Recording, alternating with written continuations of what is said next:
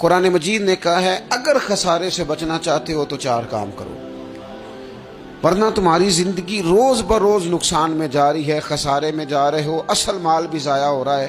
یہ 4 باتیں اگر تم اپنے اندر پیدا کرنے میں کامیاب ہو گئے تو تم خسارے سے بچ گئے۔ کون کون سی؟ الا الذین آمنوا، ایمان لاؤ، پختہ ایمان، یقین کامل کی دولت، یؤمنون بالغیب، غیب پر ایمان، طاقتور قسم کا ایمان، ایسا ایمان کہ جو انسان کو اتنا پختہ کر دے کہ اس کے لیے نیکی کے راستے پہ چلنا آسان ہو جائے اور بدی سے خود بخود اس کی طبیعت و چاٹ ہونے لگے۔ پختہ ایمان ہو، مضبوط، وعاملوا الصالحات، اور پختہ ایمان کے بعد پھر اعمال صالحہ سے اپنے آپ کو آراستہ کرو۔ تمہاری زبان سچ بولے، تمہاری آنکھیں شرم و حیا والی ہوں، تمہارا وجود جب بھی قبول کرے رزق حلال ہی کو قبول کرے، سوچیں ستھری ہوں، نظریات پاکیزہ ہوں، طبیعت خیر خائی والی ہو، کسی کے لیے اچھے جذبات رکھتے ہو،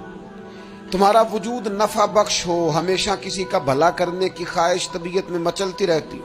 اعمال صالحہ سے اپنے آپ کو آراستہ کرو، صوم و صلات کی پابندی ہو، نماز کا خیال ہو، نماز کے قیام کا خیال ہو، ظاہری باطنی آداب کے ساتھ اللہ کے حضور عبادت کے لیے حاضر ہونا تمہارا جذبہ ہو۔ ایمان اور اعمال صالحہ، یہ 2 خوبیاں، وَتَوَاصَوْا بِالْحَقِّ، پھر ایک دوسرے کو نا حق کی تاکید بھی کرو، نیرا بیٹھ نہیں جانا نیک اعمال کر کے۔ حق نے کی ہیں تیرے ذمے دوہری ذمہ داریاں، خود تڑپنا بھی ہے، اوروں کو تڑپانا بھی ہے۔ نیرا تو نے خود ہی نہیں تڑپنا، تیری ذمہ داری یہ ہے کہ کسی اور کو بھی تو تڑپائے۔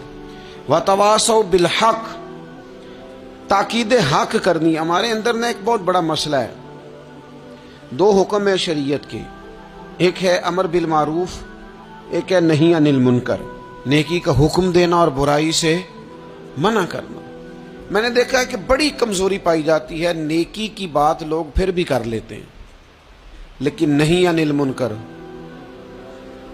کسی بندے کو برائی سے روکنا، منع کرنا، طبیعت ہوتی ہے گڈ بک میں رہنے کی، مزاج ہوتا ہے سب کی آنکھوں کا تارا بننے کا۔ اپنے گھر کے اندر بھی اتنی جرت کا مظاہرہ نہیں کرتے کہ غلط کو غلط کہہ سکے، حق بات کی تائید کر سکے، طاقت ہی نہیں ہوتی۔ ایسی عجیب سیاست سکھا دی گئی ہے کہ ہر شخص ایک عجیب رنگ میں اپنی زندگی بتانا چاہتا۔ قرآن مجید کہتا ہے خسارے میں چلے جاؤ گے اگر کلمہ حق تمہاری زبان پر نہیں آتا۔ اگر کلمۃ الحق ادا کرنے کی تمہارے اندر طاقت نہیں ہے تو تم نے ضائع کر دیا سارا وقت، حاصل کیا کیا؟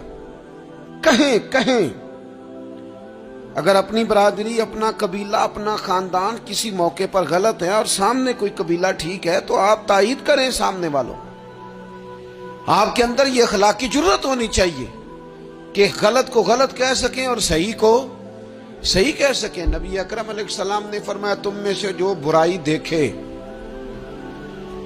وہ چاہیے اسے کہ وہ ہاتھ سے بدل دے، مظاہرہ کرے جرت کا کہ میں نہیں ہونے دوں گا، اور فرمایا اتنی طاقت نہ ہو تو زبان سے ہی کہہ دے، اعلان کرے برائی کے خلاف، اور فرمایا یہ بھی نہ کر سکے تو دل میں ہی برا جان لے، ذالک اضعف الایمان، یہ کمزور ایمان کی علامت ہے۔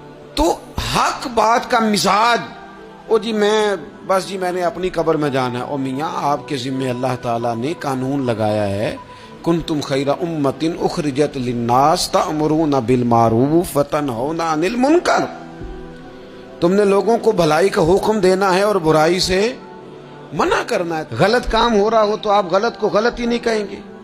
آپ کی طبیعت اس طرح کی ہو جائے کہ آپ بات چپ سادھ لیں، آپ کی زبان پر کسی مظلوم کے حق میں کوئی کلمہ ہی نہ آئے۔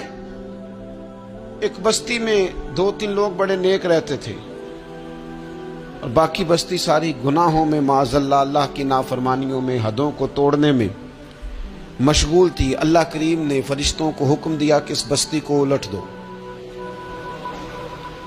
فرشتوں نے عرض کی مالک وہاں تیرے 2-3 نیک بندے بھی تو رہتے ہیں، تو رب کریم نے فرمایا سب سے پہلے انہیں تباہ کرنا۔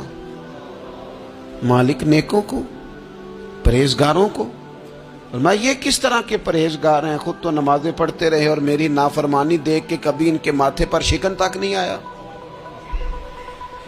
کبھی ان کی طبیعت پر بوجھ نہیں بنا کہ لوگ دین کی حدیں توڑ رہے ہیں میں کم از کم زبان سے ہی کہہ دوں، نہ کبھی سوچا ہی نہیں کہ شریعت اسلامیہ کو سر عام پامال کیا جا رہا ہے اور کوئی کلمہ ان کی زبان سے ادا نہیں ہوا۔ پہلے ان لوگوں کو تباہ کرنا خود تڑپنا بھی ہے، اوروں کو تڑپانا بھی ہے، اپنی زندگی میں حق کہنے کا مزاج پیدا کریں، کسی کو روکیں کہ میاں یہاں تو غلط ہے۔ ہم سے لوگ مشورہ لینے آتے ہیں، ہم ہاں میں ہاں ملا کے گزر جاتے ہیں۔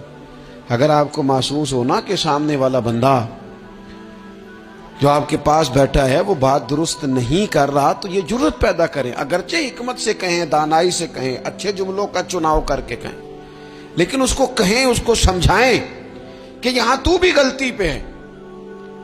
اور غلطی دلیر لوگ مانا کرتے ہیں، دلیر لوگ، بزدلوں نے بھی کبھی غلطی مانی ہے؟ بزدل تو اپنی غلطیوں پہ دلیلیں دیتے ہیں، نہیں میرا یہ مطلب تھا، نہیں میں یہ۔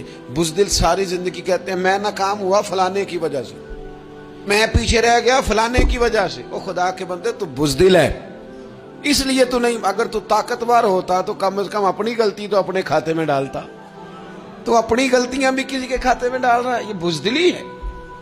تو فرمایا ایمان لائیں، اچھے اعمال کریں اور حق بات کی تاکید کریں۔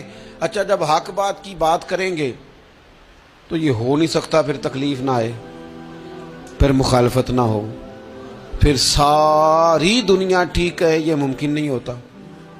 اب مشکل آئے گی تو فوراً کہا وَتَوَاصَوْا بِالصَّبْرِ، ایک دوسرے کو صبر کی وصیت کریں۔